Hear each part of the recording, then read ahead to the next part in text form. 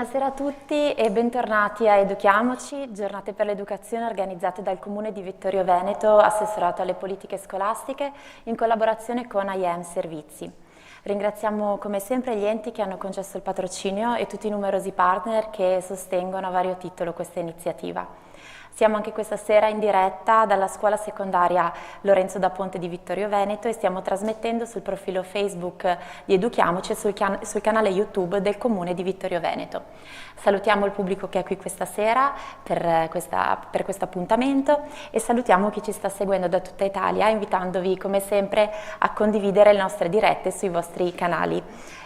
Vi ringraziamo anche per il supporto che ci state dando in questi giorni. Il titolo di questa terza edizione di Educhiamoci è Ci vuole coraggio. Il coraggio che serve per superare le nostre paure, ma che ci serve anche per poter guardare dentro noi stessi e frugare a volte anche tra le nostre ombre, per poi poterci mettere nella relazione con i bambini, le bambine, i ragazzi e le ragazze di cui ci prendiamo cura a vario titolo con una rinnovata apertura, disponibilità e diventando per loro quella fonte di sicurezza necessaria a compiere i vari passi nella nostra vita. Ricordiamo che tutto il programma lo potete trovare sul sito dedicato che è www.educhiamocivittorioveneto.it e vi invitiamo insomma a seguire tutti gli appuntamenti che abbiamo pensato. Prima di iniziare l'incontro di questa sera vediamo un breve contributo video di Flavio Salvador, presidente di Noi per Noi e vicepresidente Banca Prealpi, main sponsor di questa manifestazione. Buongiorno a tutti, porto i miei saluti, porto anche i saluti del Presidente Carlo Antiga e del Consiglio di amministrazione di Banca Prealpi San Biagio e complimenti all'amministrazione comunale per aver organizzato anche quest'anno la terza edizione di Educhiamoci, complimenti a tutto il Consiglio comunale, al Sindaco e soprattutto all'assessore Antonella Caldart. E perché Banca Prealpi San Biagio è presente in questa edizione? È presente perché i temi trattati, che sono soprattutto quelli della comunicazione, della formazione, alunni, insegnanti, genitori, rivestono una grande importanza per il presente e per il futuro del territorio. Valori come coraggio, solidarietà, relazione sono gli stessi valori del credito cooperativo che noi impersoniamo. Ecco quindi in quest'ottica i migliori auguri per questa edizione di Educhiamoci e con la speranza che si possa ripetere anche nel futuro. Grazie. Grazie. Adesso veniamo invece all'incontro di questa sera che si intitola Oltre la paura, un viaggio di conoscenza e sarà condotto dalla professoressa Daniela Lucangeli che è qui con noi e che ringraziamo sentitamente per la sua presenza e la disponibilità. Daniela Lucangeli è professoressa ordinaria in psicologia dell'educazione e dello sviluppo all'Università di Padova, presidente dello spin-off Mind for Children per la ricerca scientifica a servizio del potenziale umano, membro di numerose accademie, di associazioni scientifiche, opera nella ricerca sui processi maturazionali del neurosviluppo, in particolare sul rapporto tra apprendimento ed emozioni. Promuove la scienza servizievole a favore di quanto operano con le nuove generazioni. Prima di passarle la parola, professoressa, ricordo che potete pensare anche voi qui in sala delle domande, ricordo a chi ci segue da casa che potrete scriverci eventuali domande che appunto faremo poi alla professoressa al termine del suo intervento, commentando la diretta nei profili social oppure inviando un messaggio WhatsApp al numero che vedete in sovrimpressione. Lascio la parola quindi alla professoressa Lucangeli e ci mettiamo tutti in ascolto. Grazie. Intanto buonasera. Devo parlare con il microfono, è vero. Intanto buonasera, mi avete sentito anche senza microfono, vero? È acceso. E poi volevo chiedere quanti gradi di libertà per un titolo che è così profondo, Oltre la paura. Perché se vi facessi la domanda oltre la paura cosa c'è, non è facile. Quindi mi prendo qualche grado di libertà e magari ragioniamo insieme che cosa significa quando sentiamo paura. Così poi dopo magari ci spieghiamo anche che cos'è questo che sentiamo, ma prima cerchiamo di capire noi stessi, no? Sentiamo paura. Quindi me li state dando questi gradi di libertà? Sì, mi guardate, posso alzarmi, chiedo alla regia, posso mettermi in piedi. Ecco. Allora, pensate all'ultima volta che avete avuto paura. Quando è stato? E quando lo avete identificato entriamo dentro questa esperienza della paura. Ricordiamoci cosa l'ha determinata, perché ho avuto paura.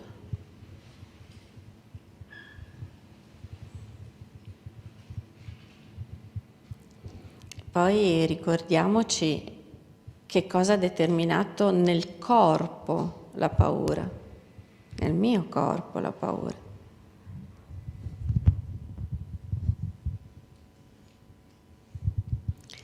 Che cosa ha determinato nei miei pensieri la paura?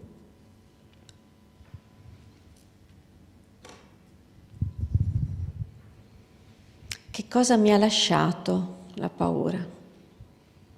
Cosa lascia la paura?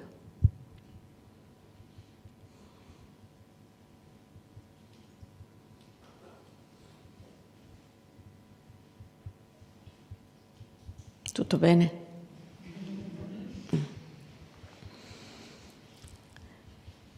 Adesso l'ultima domanda. Quando ricordo ciò di cui ho avuto paura, come mi sento?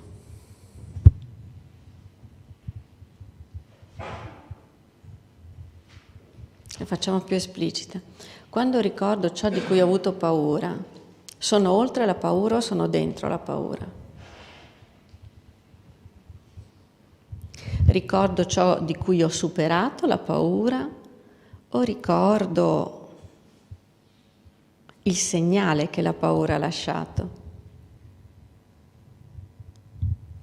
Tutto bene? Respiriamo.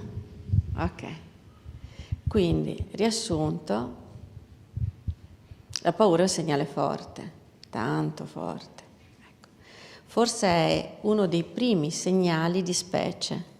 È uno dei primi dialoghi che il cervello comincia a darsi tra le sue strutture antiche, che si chiamano sistema limbico, e le sue strutture più recenti, che sono le cortecce associative. Quindi io so di avere paura. Cosa vuol dire dialoga? Vuol dire che il sistema limbico sente qualcosa di cui avverte le cortecce associative, gli dice e come glielo dice? Riassunto. La paura è una delle 7 emozioni di base, si chiamano emozioni primarie, 7, ma insomma potremmo parlare a lungo di questo numero. Comunque parliamo solo della paura. Emozioni primarie vuol dire le emozioni con cui noi nasciamo con memoria di specie. Quindi la paura nasce come competenza innata del cervello nel suo riconoscimento. Quindi noi non è che impariamo la paura, noi riconosciamo la paura. Quindi già entriamo in quei che sono dei meccanismi indipendenti dalla nostra storia individuale. La specie si è tramandata delle informazioni fondamentali. E perché se le sarà tramandate queste informazioni fondamentali? Per evolvere meglio, no? Quindi il fatto che si tramandi tra le 7 emozioni di base la paura vuol dire che la paura serve per evolvere meglio. A cosa serve? Ma non guardatemi così, mi state guardando. Dobbiamo andare oltre la paura, ok? A che cosa serve? Allora, innanzitutto cerchiamo di capire cosa vuol dire un dialogo tra le componenti antiche del cervello, limbiche, e che cosa è invece quando abbiamo a che fare con le cortecce associative. Se partiamo da quello che è più facile, le cortecce associative, che cosa vi fa venire in mente la parola corteccia?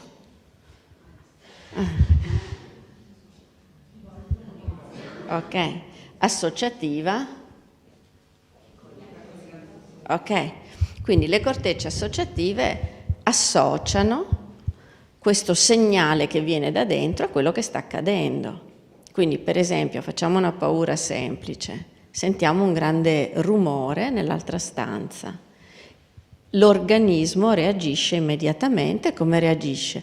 Aumenta il battito cardiaco, cambia il respiro, distoglie l'attenzione, si focalizza su quello che ha sentito. Perché? Perché le cortecce associative associano questo sentire con quello che sta accadendo. Ma non sono elementi che rappresentano l'intero, sono elementi dissociati che vengono associati. Ci siamo? La paura non è nel rumore, ma è nel segnale. Mi sto spiegando? Sì. Quindi il segnale viene da dentro di me.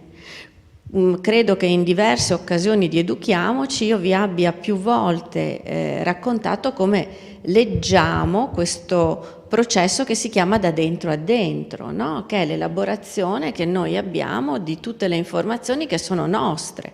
Quindi io nel parlarvi adesso devo passare attraverso un'elaborazione da dentro a dentro, cioè devo andare dentro le mie informazioni e scegliere quelle che decido di modulare sulla base di come voi mi guardate, respirate, annuite, diventate chiusi, aprite.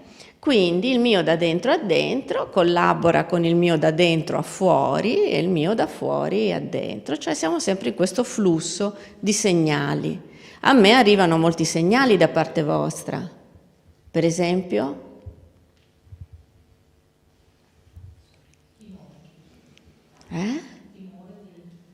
No, ma che segnale mi arriva da voi? Il sorriso, il viso, se si annuisce, ma me ne arrivano di molto più potenti. Mi arriva il ritmo del respiro, mi arriva il blocco del respiro, mi arriva la frequenza cardiaca, mi arriva la temperatura, mi arriva quel segnale di apertura che si legge, Aristotele diceva, con un sesto senso, cioè con l'integrazione di tutti i sensi contemporaneamente. Ci sono dei momenti in cui cessa quasi il respiro mentre ascoltate. Quindi tutti questi segnali arrivano a me e modulano il modo in cui io vado dentro, pesco informazioni e ve le rimando. Ci siamo? Ma il problema è come vado dentro a pescare le informazioni?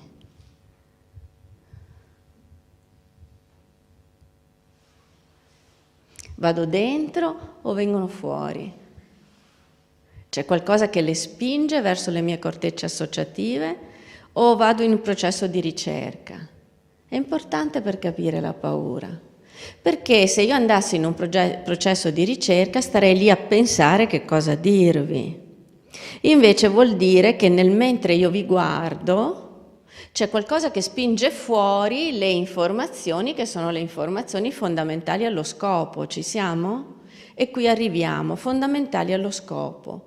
Quando da dentro escono fuori le informazioni, anzi arrivano alle cortecce associative, è perché c'è uno scopo nel venire a galla di quelle informazioni.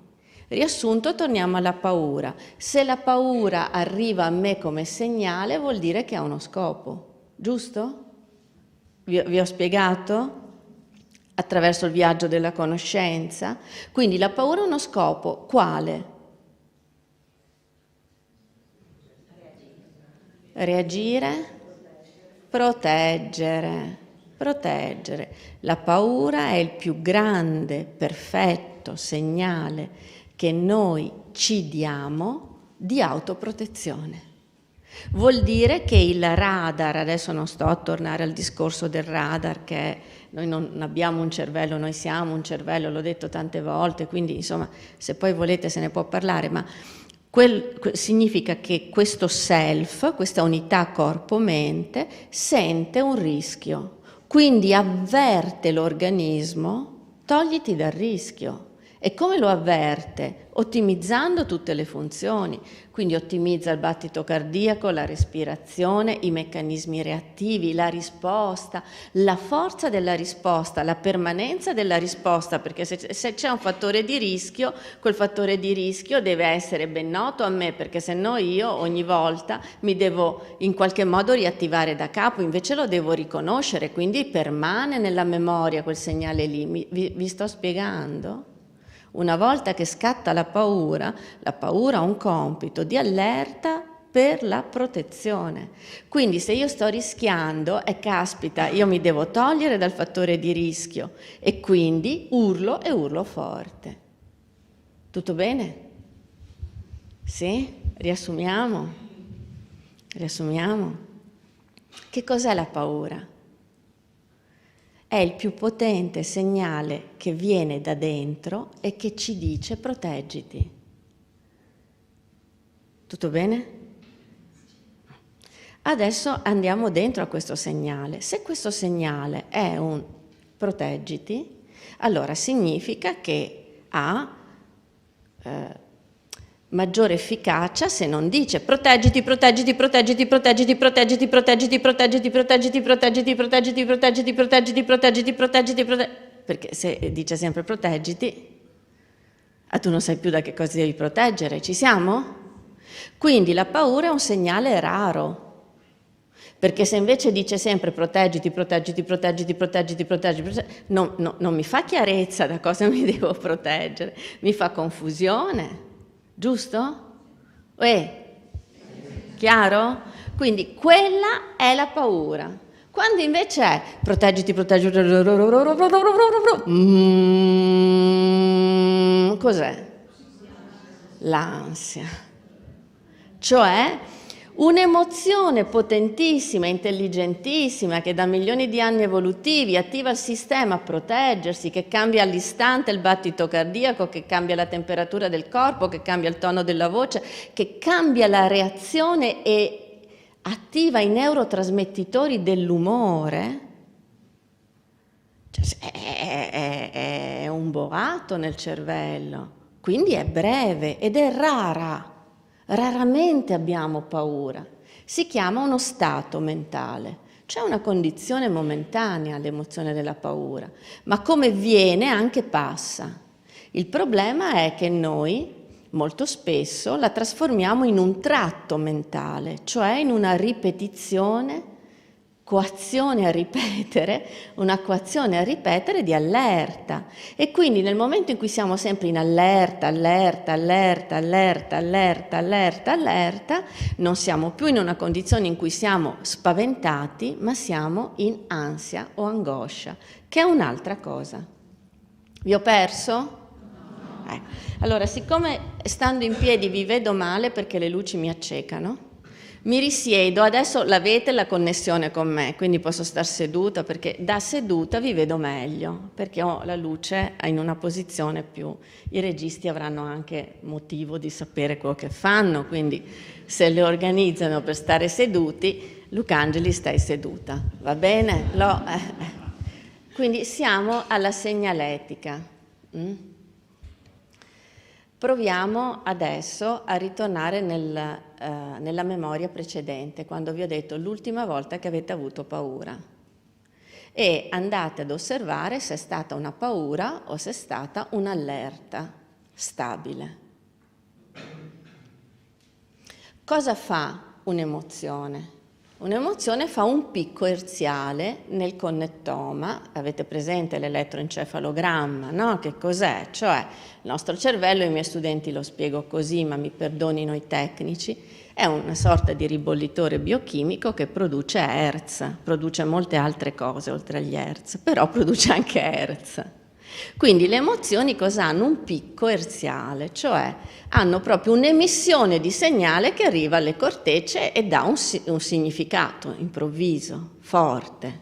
Quindi se mi viene un'emozione di gioia, questa emozione dice cerca. Se mi viene un'emozione di paura, questa emozione dice scappa, ok? Quello che abbiamo percepito prima, quando vi ho chiesto l'ultima volta in cui avete avuto paura, era uno scappa, era un pericolo, era una preoccupazione, era un'ansia. Sentite quanti stati mentali. Dovremmo cominciare a riconoscerli? Dovremmo cominciare a riconoscerli come riconosciamo la differenza tra le mani e i piedi. Posso scambiare le mani per i piedi? Fa sempre parte di me, ma le mani sono tutt'altro dei piedi. Neanche mi metto a confrontarli con quello che può essere lo stomaco, il fegato, un occhio, un orecchio. Ci siamo? Cioè siamo lo stesso organismo ma con funzioni diverse. Quindi la paura ha una funzione diversa da una allerta costante. L'allerta costante che fa? L'allerta costante, laddove la paura ha un picco, ha un rooming, cioè ha un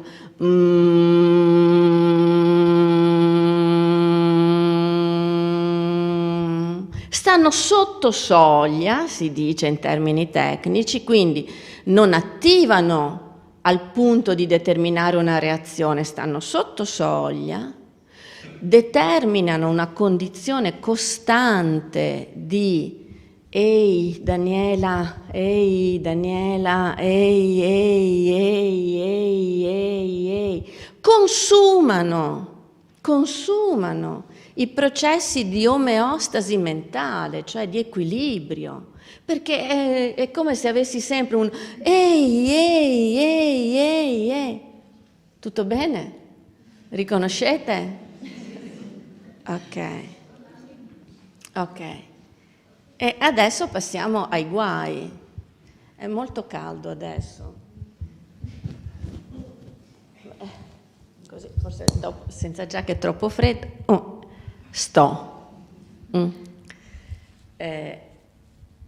Ritorniamo.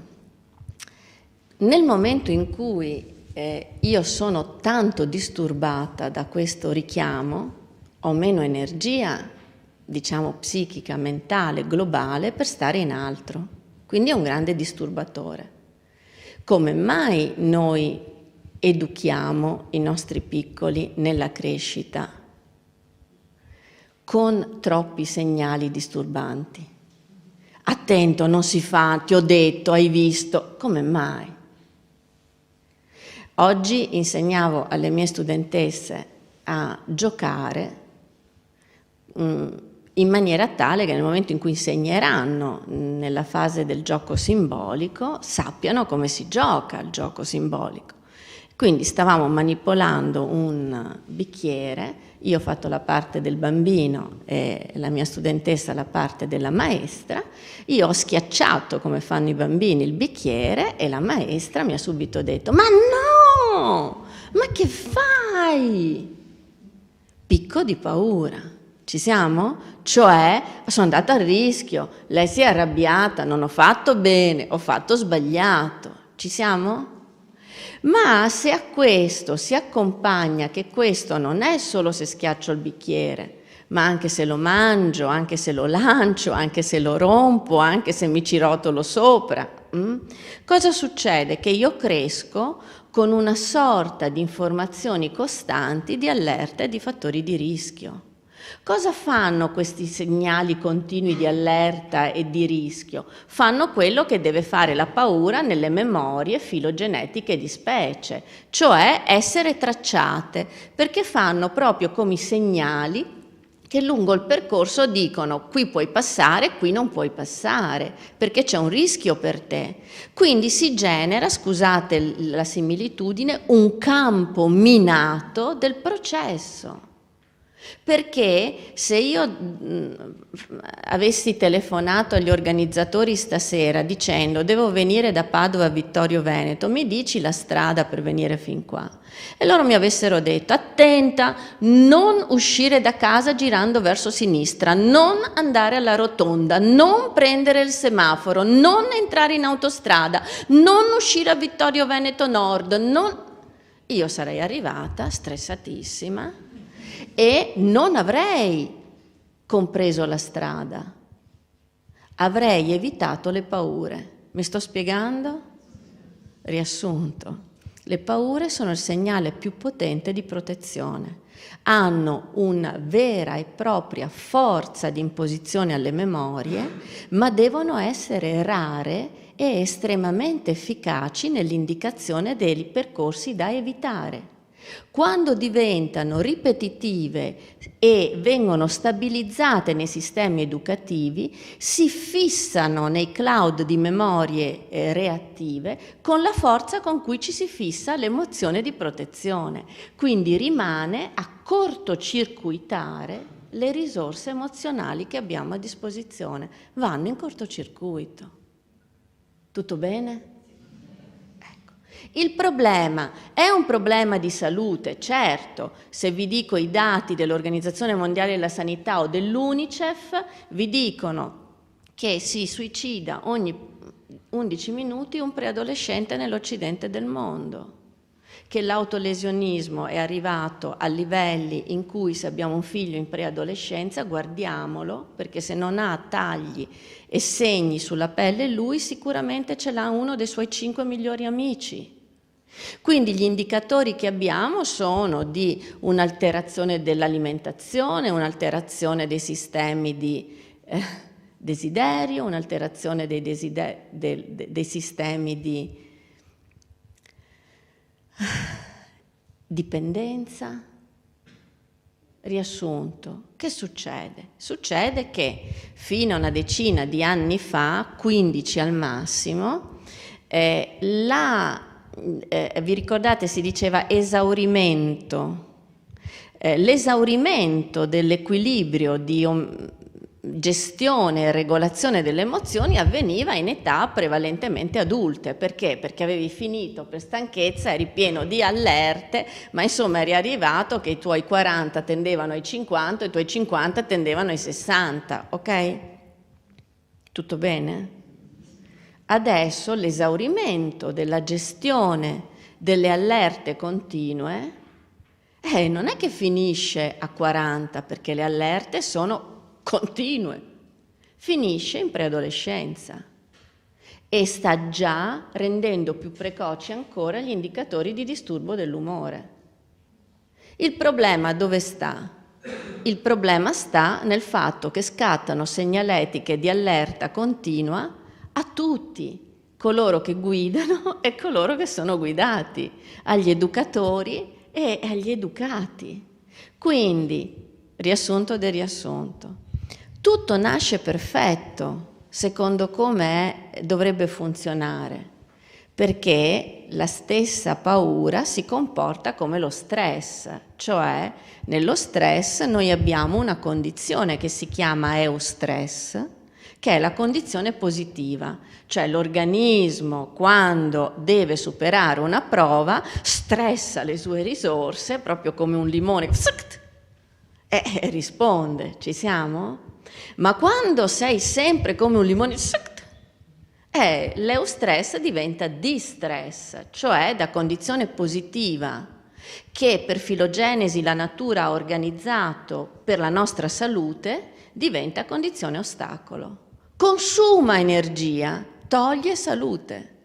Così fa la paura quando diventa tratto di rooming, di preoccupazione e di ansia. Da una condizione che è una condizione di avvertimento, proteggiti, c'è un fattore di rischio, senti che qui non è quello che determina il tuo bene, si passa ad una condizione in cui tutto questo vampirizza le funzioni di autoregolazione delle emozioni. Avete dei visi sconfortati. Dici, come ne usciamo? No, dici, come ne usciamo? Perché poi la situazione è interessantissima, perché dici, Lucangi, ma tu c'hai mai paura? Sempre. Cioè nessuno è immune. Siamo in un tempo del mondo che è come se uno dicesse, sono immerso nell'oceano ghiacciato, posso non avere freddo? Cioè è assurdo. Non è che perché sappiamo non sentiamo, è un tempo ad altissima allerta costante. Non riusciamo più neanche a prevedere ciò che in qualche modo ci mette in sicurezza. E questo è un altro dei fattori che trasformano la paura da una condizione del sentire a una condizione del rooming. E quindi non sto dicendo che saperlo determina l'eliminazione, ma determina che lo posso controllare, lo posso gestire, mi posso accorgere che vengo dominata da quel meccanismo e che quel meccanismo lo devo ascoltare, che è un meccanismo che mi dice che non fa bene per me. Quindi, che cosa sto cercando di dirvi? Sto cercando di dirvi che non soltanto nessuno è immune da questa situazione di paura, ma che è una situazione in cui noi dobbiamo imparare a pensare che non siamo una specie di singoli monadi, ma siamo una specie sociale e che quindi abbiamo dei fattori, ho sentito che ci sono stati anche altri colleghi che ve l'avranno sicuramente detto meglio di me, abbiamo dei fattori che sono dei fattori di specie sociale. Cosa significa? Che se hai paura tu, i processi da fuori a dentro, di cui parlavamo prima, fanno sì che io sento la tua paura e mi metto in allerta, in paura, perché il segnale che hai visto tu non sia un segnale che rimanga a non segnalare a me che cosa deve accadere. E quindi il meccanismo è un meccanismo che non soltanto si amplifica al mio interno, ma si amplifica anche nella relazione l'uno con l'altro. Solo che mentre si amplifica la paura, l'ansia, l'allerta, la preoccupazione, non stiamo amplificando i sistemi di eustress o di gioia o di coraggio, perché anche quelli si possono connettere gli uni con gli altri, ci siamo? Ma se noi stiamo molto tempo della nostra vita psichica nello squilibrio verso l'ansia e la preoccupazione e il distress, sicuramente non riusciamo a connettere all'altro un'informazione che è un'informazione di bilanciamento. Riassunto, non possiamo educare alle emozioni se non siamo educati alle nostre. Quindi io non credo a tutti quei sistemi scolastici educativi di make-up in cui tu racconti che cos'è la paura, gli fai dare un colore, gli fai fare un disegnino, fai mostrare un mostriciattolo e lo fai prendere a sputacchi in faccia per farli ridere, perché quelli sono make-up. E come dire, io posso anche truccarmi, ma la stanchezza si vede. Ci siamo?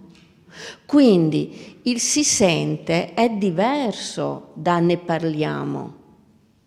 Della paura non si parla, della paura, la paura si sente e si connette. Quindi come si lavora con le emozioni? Ecco, le emozioni hanno bisogno di emozioni. Quindi quando ne abbiamo parlato con questa Malka Magalit all'Accademia Mondiale delle Scienze per la Learning Disability 25 anni fa, nessuno di noi capiva cosa lei voleva dire, che le emozioni dialogano con le emozioni, ma poi l'abbiamo capito bene, cioè come se ci fosse una forza che ha due continuum, da un lato un massimo, da un lato un minimo, e nel lato massimo tu hai paura, nel lato minimo tu hai coraggio, la sua antagonista. Così come dove tu hai la sete, hai bisogno dell'antagonista acqua, ed è chiaro che cosa significa antagonista o complementare. Significa che io mi posso dissetare mangiando una mela, mi posso dissetare bevendo una birra, mi posso dissetare con un bicchiere di vino, ma sono tutti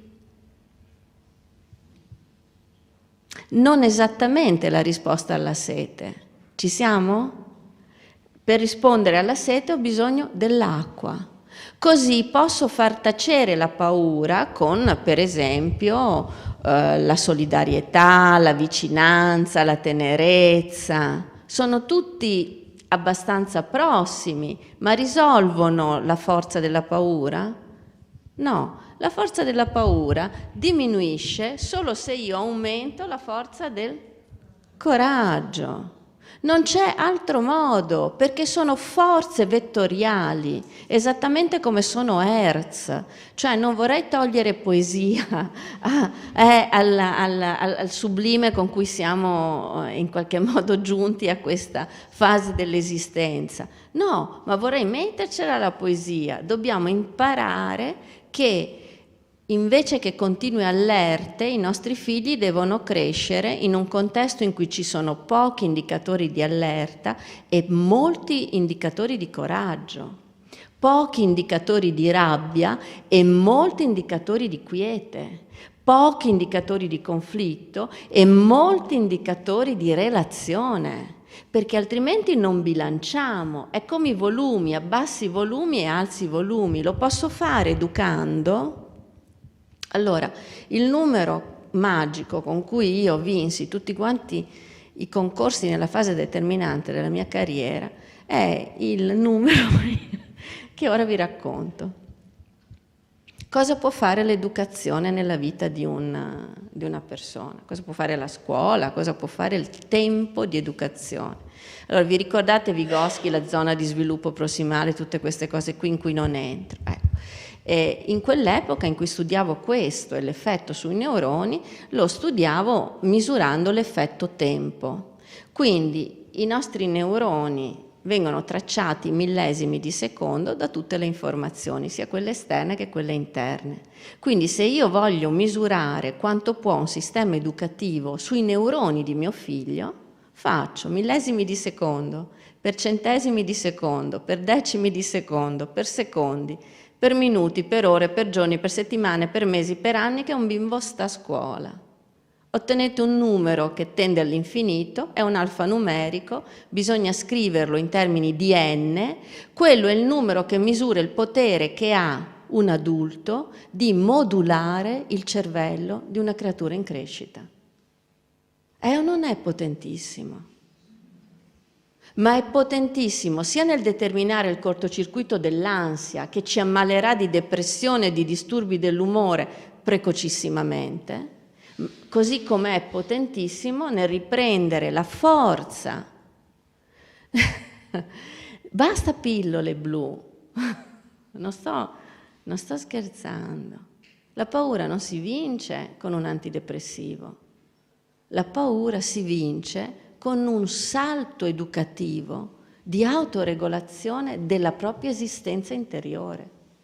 Ma questo bisogna farlo con una chiarezza che ha coloriture etiche oltre che scientifiche. Lo dobbiamo scegliere perché ne va della salute intera del futuro del mondo.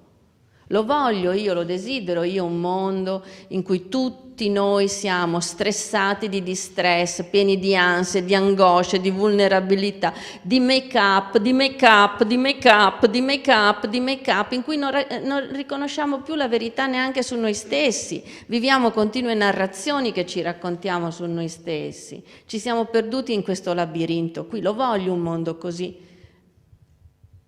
Io lo rifarei punto a capo, cioè io lo rifarei esattamente come dovrebbe essere. Le emozioni avvertono le cortecce associative, proteggiti o gioisci, sii coraggioso e sii insieme agli altri. Quindi rifarei quello che è esattamente la grammatica del nostro esistere, ma per poterlo rifare ho bisogno di chi educa negli anni dello sviluppo, coloro che sono in crescita, a saper gestire questa potenza enorme del sentire. Come state? Come vado a impararlo? Lo sento, lo sento. Adesso vi rilasso un momento, vi racconto bambini. Vi leggo. La mia Lucy, l'avete sentita più volte, la mia Lucy, adesso la domenica leggo di queste. La mia Lucy a 5 anni e mezzo è fantastica perché ha un linguaggio sincretico incredibile. Lei fa riassunti dei riassunti in zip che io sono niente rispetto a lei. Lucy dice: a me la paura mi blocca come la puzza ai cimici. È fantastica perché La paura ha un potere talmente grande che sceglie in millesimi di secondo se determinare l'attivazione massima dell'organismo o la disattivazione che ti fa fingere morto. Quindi la paura, quando inibisce e ti blocca, ti ferma come prima di un baratro. Quando ti attiva e ti rende più potente nell'andare oltre l'ostacolo, ti dà lo slancio. Quindi pensate che potere ha la paura. L'ansia vi slancia? Vi blocca? E qui riconosciamo. Quindi l'andare oltre l'ostacolo, il non subire l'ostacolo, è solo dello slancio. L'ansia blocca, inibisce, inibisce, inibisce, inibisce, inibisce, inibisce. E ad un certo punto siamo prigionieri, giusto? E qui vi leggo l'altro ragazzino. L'altro ragazzino è più grande, ha 11 anni, è ad alto funzionamento, così sentite sempre tutti i miei. La paura mi prende dentro, come una mano invisibile stringe cuore, respiro, gola, stomaco. Tutto smette di entrare e di uscire, mi isola con lei come una padrona inesorabile. Fantastico, eh? Intanto andiamo a leggerlo. Mi prende dentro. Quindi la paura, se voi domandate ai bambini dove vive la paura, vive qua, la paura vive dappertutto. Cioè la paura è la più, anche qui, sensibile forma di riconoscimento del self, cioè dell'unità corpo-mente. La paura non è nelle cervella, come dice Lucy, non è nelle cervella. La paura è che mi acchiappa qui, no? Mi acchiappa qui. E che fa? Chiude. Quindi la paura è un processo di isolamento, chiude. E nel chiudere chiude gola, cuore, cioè tutta la struttura che è la struttura vitale. Ma in realtà quello di cui sta parlando, adesso lo riconoscete, non è paura ma è angoscia. L'angoscia. Come si va oltre? Che ora abbiamo fatto? Come si va oltre? Adesso vi faccio fare un esercizio. Di tutte le memorie di paura, adesso prendete una memoria giusta. Ricordatevi l'ultima volta che avete avuto solamente paura.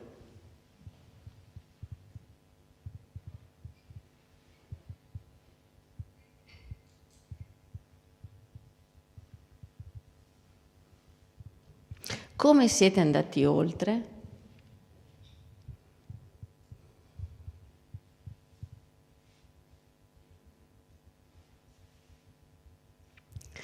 Rifaccio la domanda. Siete andati oltre? Se siamo andati oltre, come siamo andati oltre? Facendo, affrontandola. Se io l'affronto, la paura è un nemico. Se io l'ascolto, la paura è un segnale, ok? È un avvertitore. Quindi la paura non si affronta, la paura si riconosce. E dopo che l'ho riconosciuta, quindi è un segnale. Come vado oltre?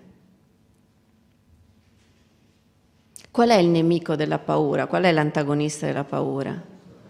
È il coraggio. Quindi, qual è un modo molto comune? Io dico a buon senso, mi sono fatto coraggio e sono andata avanti, no? Mi sono fatto coraggio, questo è nel linguaggio comune, ma se invece che il linguaggio comune del mi sono fatto coraggio guardiamo l'altro linguaggio comune, c'era la mano della mamma, cioè il coraggio, siccome siamo una specie sociale, può essere mirror anche dall'altro. Riesco a spiegarvi questo passaggio? Cioè la paura tende a isolare quando diventa angoscia, quindi l'isolamento si vince con la relazione. La paura tende a bloccare quando diventa angoscia, quindi la paura si vince con l'azione. La paura tende a avere bisogno di incoraggiamento, che me lo dia io o che mi venga dall'altro. È il coraggio l'informazione che riduce la paura. Riassunto, è fondamentale in educazione aumentare gli incoraggiamenti, proprio aumentarli a noi stessi e ai nostri figli. Il coraggio è un'emozione che fa superare gli ostacoli. Il coraggio non determina l'ego patologico, perché il coraggio indica la forza dell'intero. Quindi ritrova la tua forza, leggi il segnale e ritrova la tua forza. Riesco a farvi sentire che queste non sono indicazioni di make-up, sono indicazioni di bisogno psichico. E ce lo abbiamo tutti, ce lo abbiamo noi adulti, ce l'hanno i piccoli che facciamo crescere.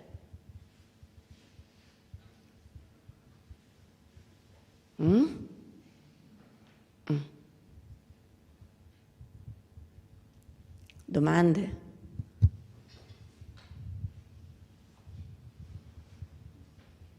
Che paura! Che paura! Se non avete domande io vado avanti,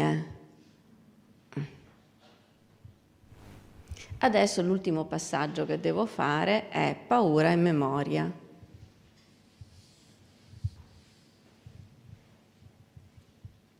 Andate con la memoria alla paura mai risolta della vostra esistenza. Ma ditevela e andatela a cercare. Paura di fallire, paura di non essere amato, paura di condizionare, paura di essere condizionato. Andate alle grandi paure, paura di morire, paura di vivere. Andate alle grandi paure e ognuno riconosca qual è la propria.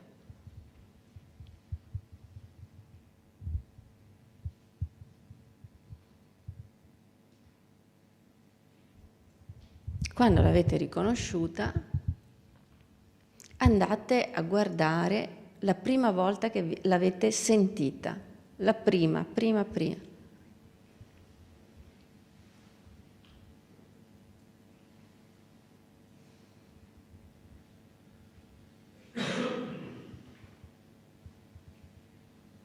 E quando avete recuperato il ricordo, esploratelo.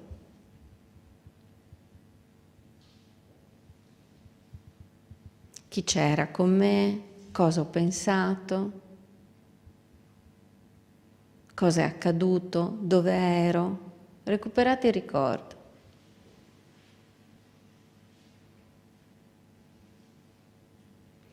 E adesso fate quello che si fa in maniera molto semplice quando si fa un'analisi di realtà. È accaduta?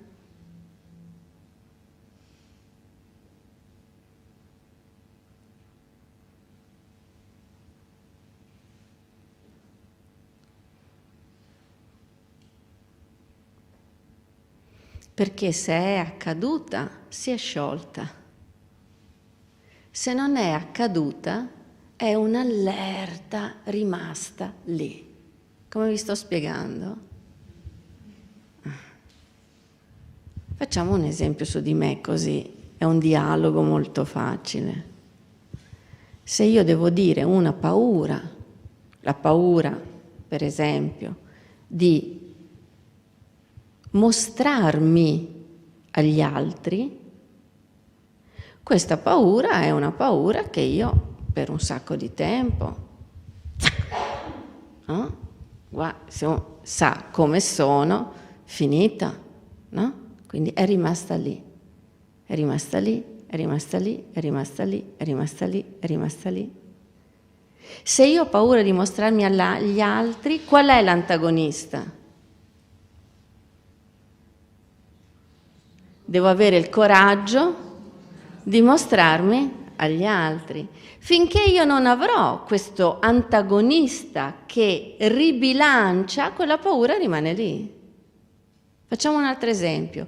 Daniela Lucangi ha paura di vivere, paura di vivere, paura di vivere, paura di vivere, paura di vivere, paura di vivere, paura di vivere. Perché? Perché il cervello antico te lo continua a dire: questa cosa non l'hai risolta, questa cosa non l'hai risolta, questa cosa non l'hai risolta, questa cosa non l'hai risolta, e meno l'hai risolta più quella ti urla. Ci siamo? Perché? Perché non l'hai risolta.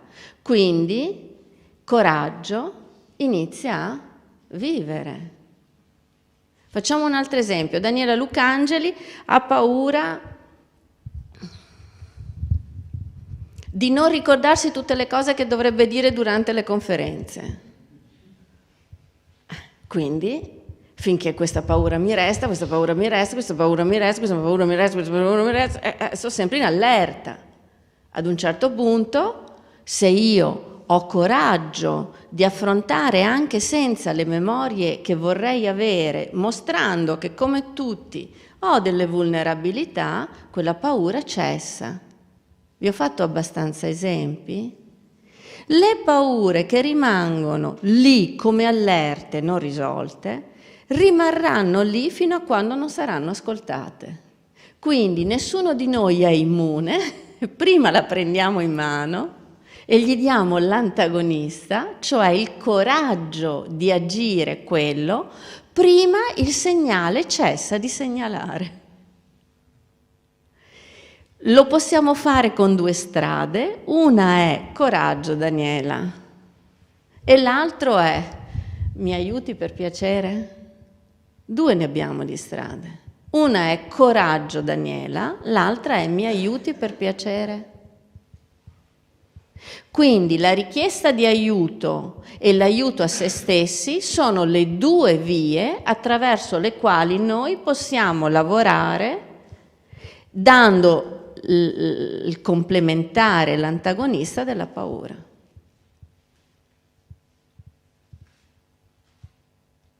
Non chiedere aiuto nelle paure lascia il segnale. Perché vuol dire che da soli, se non ci siamo riusciti, difficilmente ci riusciremo. Riassunto del riassunto, più sono piccoli i nostri bimbi, meno tutto questo accade.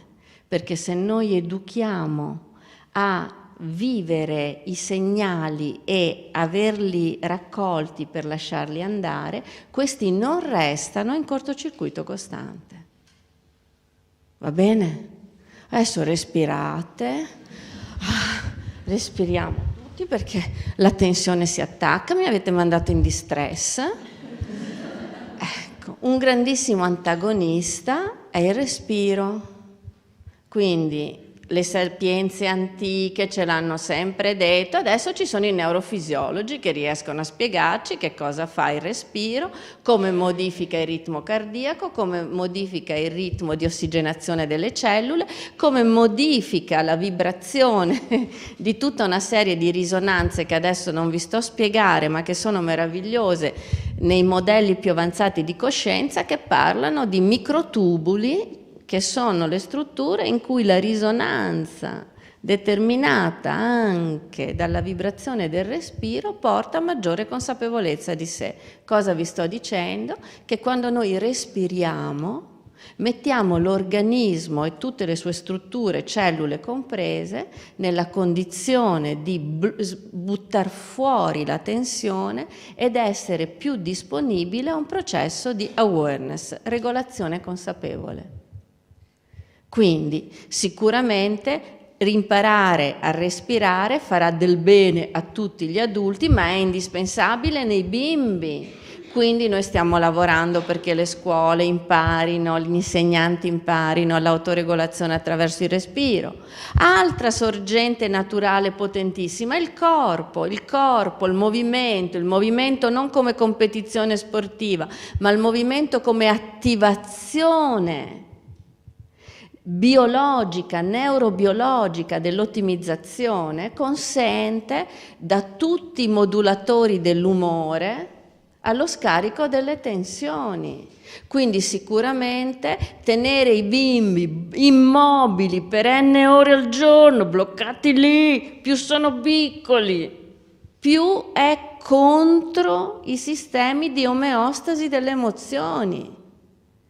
Quindi anche semplicemente fargli fare un esercizio difficile e poi dire ora facciamo un salto tutti quanti tenendoci per mano, sblocca la tensione, sblocca i sistemi di ansia, sblocca i sistemi di stress, attiva un sistema di risposta che ritorni in omeostasi. Mi riesco a spiegare? Tutta la paura prima delle verifiche, prima degli esami, tutta quella paura lì è: esco da una giornata in cui non so quanti neolaureati, oltre tutte le ore di lezione che ho fatto oggi, arrivano alla tesi, così, se che le strutture non escono, respira, godi questa tua esperienza. Tutto si sblocca. Perché? Perché il grande nemico del sistema educativo è l'io giudice. Chi è che determina la paura? Io ti giudico, io verifico, io ti giudico, tu apprendi, io ti giudico. In questo modo il sistema educativo diventa giudiziario, non diventa educante. Quindi tutta la tensione che facciamo mettere in memoria, verifica dopo verifica, verifica dopo verifica, verifica dopo verifica, ma è un danno alle cellule che io vorrei sbagliarmi, perché se mi sbaglio io sono nel giusto centinaia di migliaia di esperienze, se invece ho ragione io sono nell'errore queste centinaia di migliaia di esperienze. La tensione costante è una esperienza di non salute. Lo sta sperimentando lo sport. La tensione costante altera anche nell'altissima competizione tutti i processi che sono i processi di ottimizzazione del risultato. Quindi mi riesco ok? Il sistema educante in cui le verifiche costanti, le tensioni costanti, l'io giudice. Guardate, nessun adulto tollererebbe l'io giudice che deve tollerare un bimbo in crescita. Perché se noi fossimo sempre sottoposti a verifiche e a giudizio, io smetterei di amare quello che faccio. Quindi io mi consento di parlare con libertà e rispetto delle mie vulnerabilità perché non mi sento giudicata. Se mi sentissi giudicata costantemente, ma chi me lo farebbe fare? Quindi non è tollerabile il giudizio come processo di relazione, non è tollerabile dal sistema limbico, cioè il sistema delle emozioni non lo tollera, gli è nocivo. Dove c'è giudizio non c'è relazione. Ok? È chiaro questo? Il giudice è colui che blocca la relazione e entra in una non relazione che determina una eventuale punizione. Quindi se noi siamo nell'atteggiamento giudicante, non siamo nell'atteggiamento che educa le emozioni. E le verifiche diventano da sistemi formativi a sistemi logoranti. Come l'ho detta?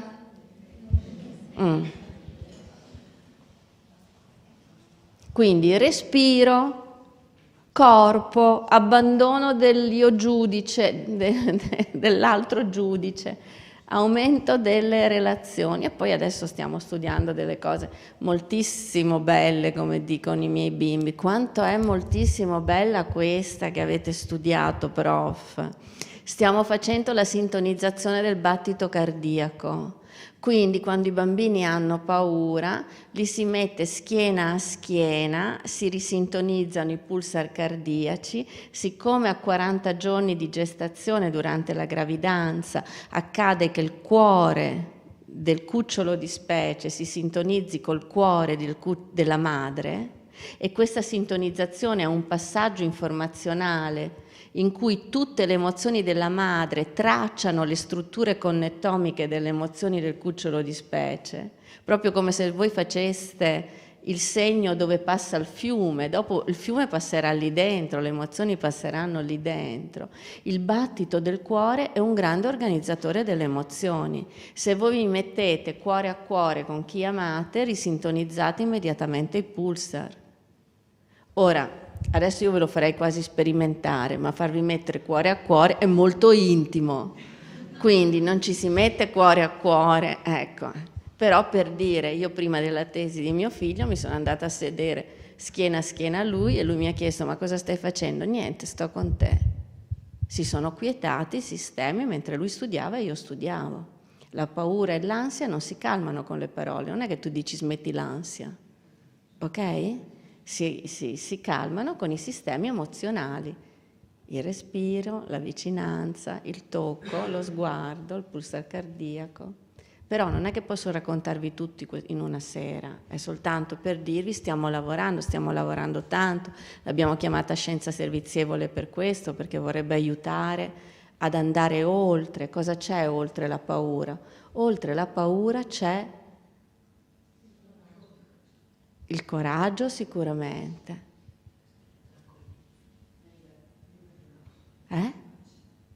A voce alta. C'è la vita, ma anche la paura è la vita.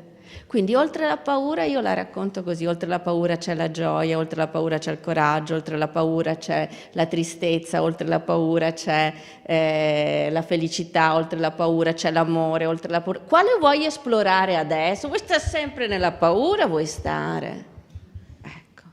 Cosa c'è oltre la paura? C'è tutto il resto. Vogliamo stare sempre nel segnale della paura? Vogliamo una vita nel segnale della paura?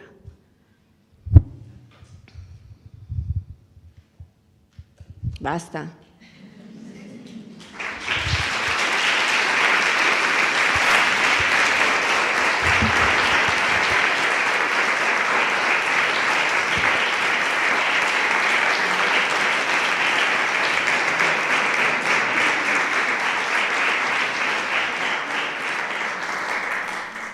Grazie mille professoressa, è sempre un piacere ascoltarla. Vediamo se adesso che abbiamo tolto il giudizio, il giudice, se qualcuno vuole farle una domanda. Se fosse possibile dire ora tolgo il giudice, sarei direttamente il cugino prossimo del creatore. Magari. L'avrei immediatamente eliminato. Non si elimina il giudice con un atto della corteccia associativa. Perché facciamo questo esperimento. Rapporto tra cervello, io, psiche, tutta questa roba qua che adesso non vi posso stare a spiegare. Vi fidate sulla parola che le so? Ecco. Facciamo questo esperimento. Dite con il vostro io al vostro cervello di alzare il piede sinistro. Ok? Dite con il vostro io al vostro cervello di fare un sorriso. Dite con il vostro io al vostro cervello di ricordarvi ieri mattina. Dite al vostro io e al vostro cervello di immaginare il futuro migliore che desiderate. Ok? Quindi tante cose il nostro io può comandare al nostro cervello, ci siamo? Ma dite al vostro cervello di perdonare tutti i dolori ricevuti. Dite al vostro cervello di farvi sentire immediatamente amati, risolti, interi, perfetti. Cioè, il cervello dice: ma che scherzi, questo non lo farò mai. Perché? Perché finché si tratta di dire al cervello di operare trasformazioni che non modificano l'identità profonda, emozionale, senziente, il cervello ubbidisce. Ma andargli a toccare l'identità, no, è protetta. Quindi la struttura senziente si modifica solo con la struttura senziente, non si modifica con un atto di volontà. C'è un perché neurofisiologico importantissimo, La volontà, le cortecce associative hanno milioni di anni evolutivi in meno rispetto ai sistemi limbici, quindi non ubbidiscono. Mi sto spiegando? I sistemi limbici non ubbidiscono alle cortecce associative. Riassunto, non raccontiamoci frottole, non c'è più il tempo di pensare che a parole tu dica a qualcuno devi amare me, quello ti ama, devi ascoltare me, quello ti ascolta, sono io tuo padre e quello è tuo figlio. Cioè, non è, no. Io ti riconosco mio padre che ti rende mio padre. Io mi sento amata che determina l'amore. Io sento di amarti che determina l'amore. Ci siamo? Quindi il cervello su questo è molto saggio, non lascia toccare le strutture identitarie. Quindi è inutile raccontarci narrazioni, non ne abbiamo più tempo, dobbiamo andare a ritrovare questo autentico, profondo, fondamentale alla salute sistema che manda il segnale attraverso le emozioni. È bellissimo perché quando voi vi sentite tristi, per esempio, la tristezza è favolosa, perché la tristezza dice, che cosa dice la tristezza? Fame di gioia, fame di gioia, fame di gioia, fame di gioia. È favolosa la tristezza. Ti dice la strada? Ma se tu non ci vai verso la strada, stai sempre in fame. Mi sto spiegando, sì? Le emozioni dicono proprio la verità. Non è che la rabbia è incredibile. Adesso la domenica, non mi ricordo, il mercoledì pubblichiamo tutti questi approfondimenti sulle emozioni, proprio perché è fondamentale rimettere un po' in ordine. Io non sono triste mai, solo quando va via la mamma o il papà mi abbandona mentre che gioco per il cellulare. Quindi io non sono triste mai, a parte quando sono abbandonato. La paura e l'abbandono è una delle grandissime paure. La tristezza mi spegne la vita, mi svuota, sento solo lei come la nebbia di novembre che cancella perfino il mare. Questa non è tristezza, questa, come vi ho detto prima, paura è rooming, questa non è tristezza, questa è low mood, umore basso, è già depressivo. Okay? La tristezza è un attimo. La costanza, quella è un'altra roba. La rabbia di quando mi arrabbio mi incendia la gola, soprattutto quando litigo. Diventa che comanda, anche se mi dico che poi tutti mi sgrideranno. Comanda la rabbia, non c'è niente da fare. La rabbia la sento nelle viscere, è la mia automalattia, mi ammala di me. Non riesco a farlo uscire, ne ho un deposito in tutto il mio corpo. Cioè, sono fantastici. Finché non li abbiamo in qualche modo diligentemente addomesticati, le riconoscono e sanno cosa fanno le emozioni.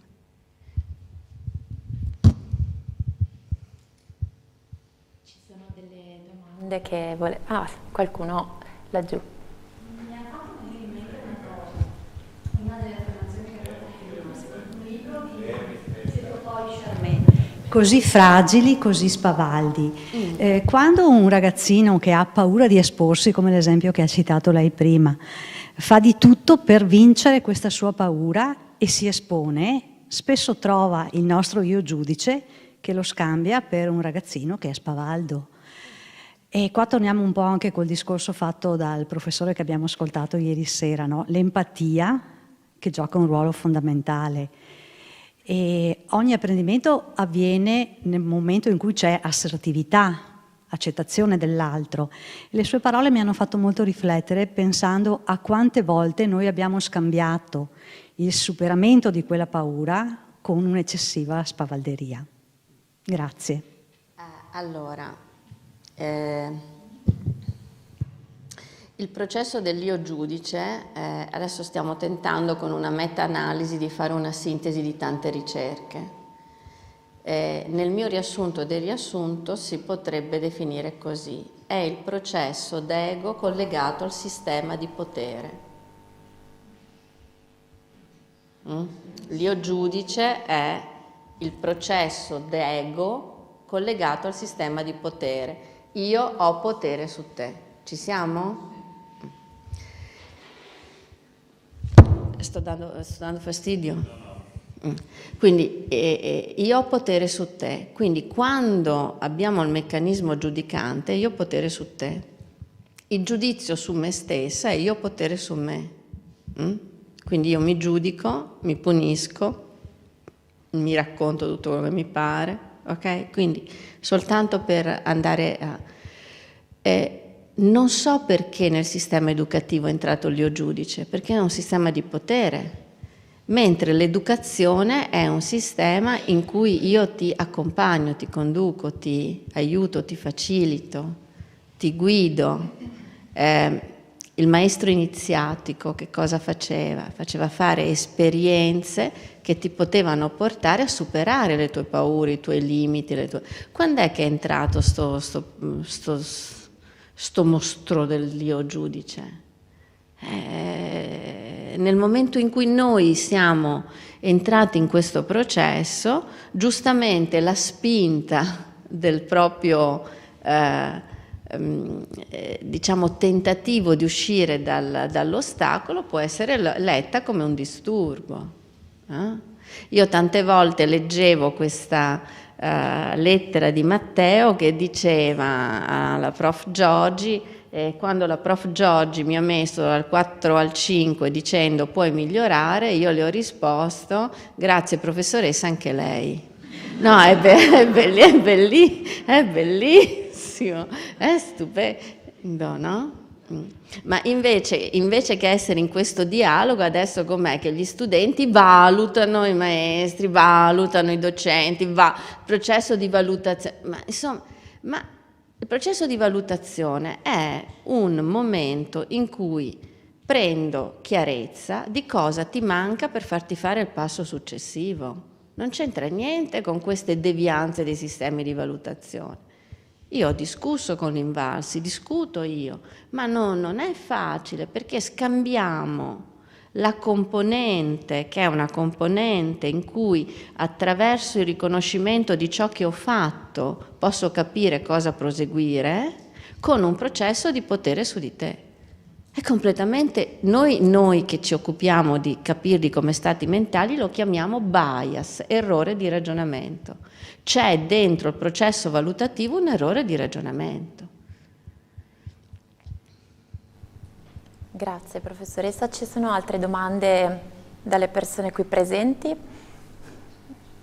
Perché da chi ci segue invece, che sono circa 600 persone collegate questa sera che l'hanno ascoltata, sono arrivate molte domande e naturalmente ne scegliamo una o due per poi andare in chiusura.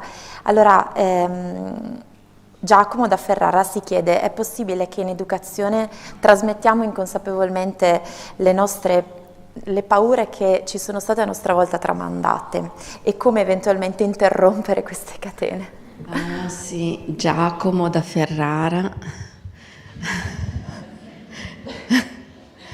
Questo mirror, questa empatia, questo essere strutture relazionali e sociali in una specie incredibile, fa sì che se tu respiri, io inspiro i microrganismi di cui sei portatore e mi ammalo e quindi siamo contagiabili. Così fa la mente.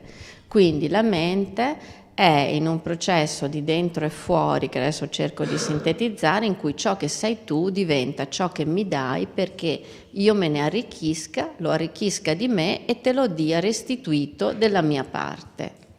In tutto questo della mia parte non c'è solo la parte di conoscenze, ma c'è anche la parte di esperienze, ma anche la parte di emozioni. Quindi se tu mi dai un sacco di paura, Pensa che il cuore del feto si sintonizza a 40 giorni della gestazione. Se tu mi dai un sacco di paura, quella paura traccia le mie memorie esattamente come ha tracciato le tue.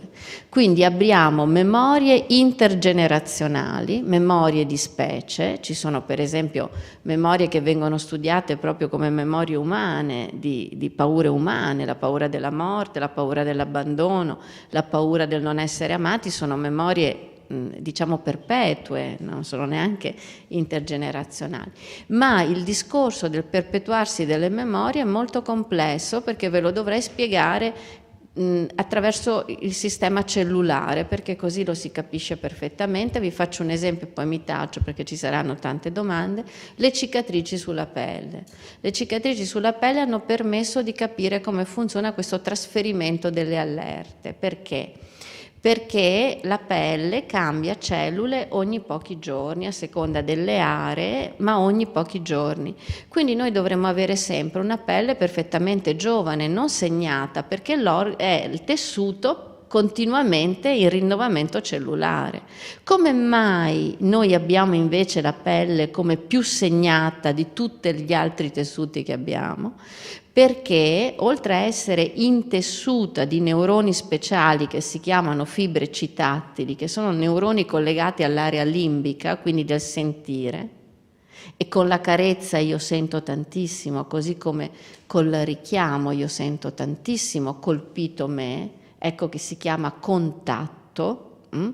Ma per ritornare alla pelle e alle memorie, cosa succede? Che ogni cellula della pelle, prima di morire, trasferisce alla cellula nuova non le informazioni di bene, ma le informazioni di rischio che ha subito, perché è come se ogni madre dicesse al proprio figlio dove non deve passare. Mi sto spiegando, sì? Quindi le memorie di dolore, le memorie di paura, le memorie di allerta sono memorie che la memoria di specie trattiene il più possibile, perché è un patrimonio di informazioni come la banca dati di dove devi sapere di non passare più. Non so se ti ho risposto, sì. Ma ho tentato. Penso di sì. Sono anche discorsi che meriterebbero tanto tempo e giustamente rispondere in poco tempo è già importante. E ultima domanda, ma se siamo impauriti per qualcosa, cosa dobbiamo fare davanti ai figli? È bene mostrare le nostre emozioni anche se sono bloccanti? La bella. Mamma di un bambino bella, di 5 anni. Mamma di bambino di 5 anni è una bellissima domanda, perché mette insieme due bisogni: uno di portare a manifestazione le emozioni, che è il bisogno di identità, e l'altro il bisogno di protezione dei propri figli. Non mostrarti quello che segnerebbe le tue memorie di fattori di rischio che io non ho risolto. Quindi a questa domanda non c'è una risposta, c'è un processo di equilibrio. Ciascuno di noi deve trovare il punto di equilibrio tra l'amore per se stessi e l'amore per l'altro, che una legge universale dice ama l'altro come ami te stesso.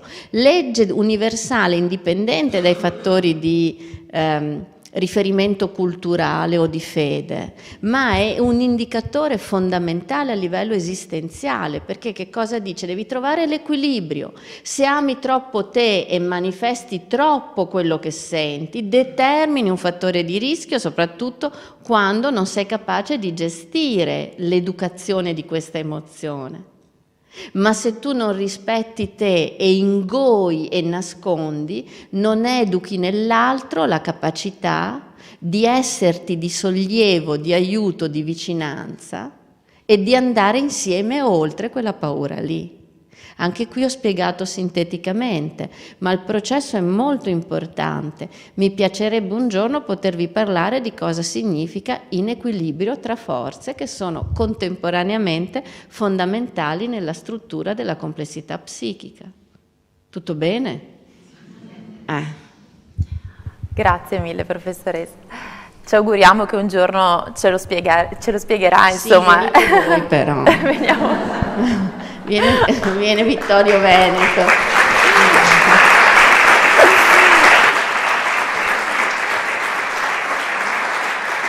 Allora, Ci sono stati molti commenti, molti apprezzamenti per il suo intervento, gliene leggo qualcuno. Grandissimo intervento, complimenti dottoressa. Importantissimo questo intervento per tutti noi docenti, ci risveglia, ce ne vorrebbero di più, lo scrive Giovanna. Nadir le dice splendida come sempre. Dove sei, Nadir? Ed Elvira dice: grazie alla professoressa per intervenire in questi appuntamenti dedicati ai docenti, genitori ed educatori, ci ha dato coraggio.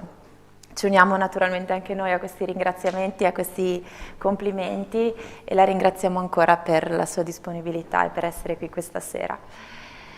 E adesso andiamo a chiudere. Il Comune di Vittorio Veneto, assessorato alle politiche scolastiche, vi ringrazia di cuore per aver partecipato anche a questo appuntamento. Domani un'altra giornata ricca di incontri. Iniziamo alle 10 con Eleonora Pinzuti, un incontro dal titolo Essere se stesse e se stessi senza stereotipi. A seguire alle 11:30 con Farian Sabai, Noi donne di Teheran. Nel pomeriggio alle 15 avremo a Sala Bibi con Cambiamo musica. In seguito Teresa Farroni, Gli infiniti sentieri del neurosviluppo, e infine alle 20:30 saremo in diretta dal Teatro Lorenzo da Ponte di Vittorio Veneto con Umberto Galimberti, che terrà un intervento dal titolo Ripensare l'educazione verso un sostegno autentico ai giovani. Vi invitiamo quindi a continuare a seguirci, grazie anche questa sera per essere stati con noi.